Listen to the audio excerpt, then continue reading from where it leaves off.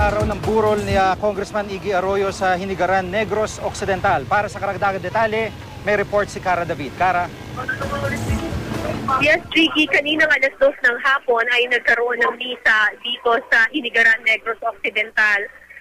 Dinaluhan ito ng mga anak ng kongresista na si Iggy Arroyo at ng dalawang babae sa buhay ng yumaong kongresista na sina Aleli Arroyo at Grace Ibuna.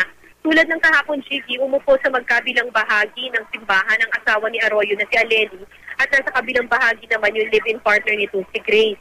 Pero kung kahapon halatang may tensyon sa pagitan ng dalawang kampo, kanina bahagyang napawi ito at nagpakita ng respeto sa isa't isa si Grace at ang anak ni Aleli na si Alelu.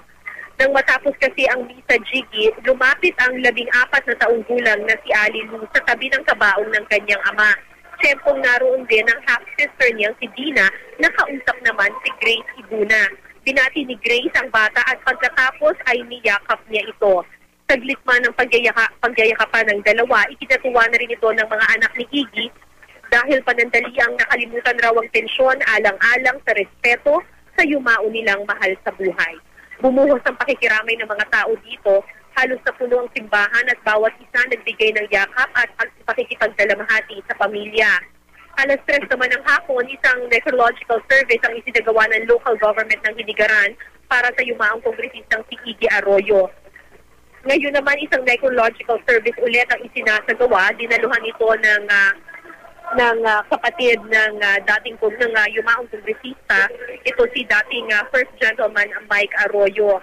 Isa-isang nagpasalamat ang mga mayor ng 5th District of Negros Occidental sa kanilang yumaong kongresistang si Iggy Arroyo. Sa ngayon, hindi pa napagdesisyonan ng House of Representatives kung ano mangyayari sa nakapating pwesto ni Iggy Arroyo.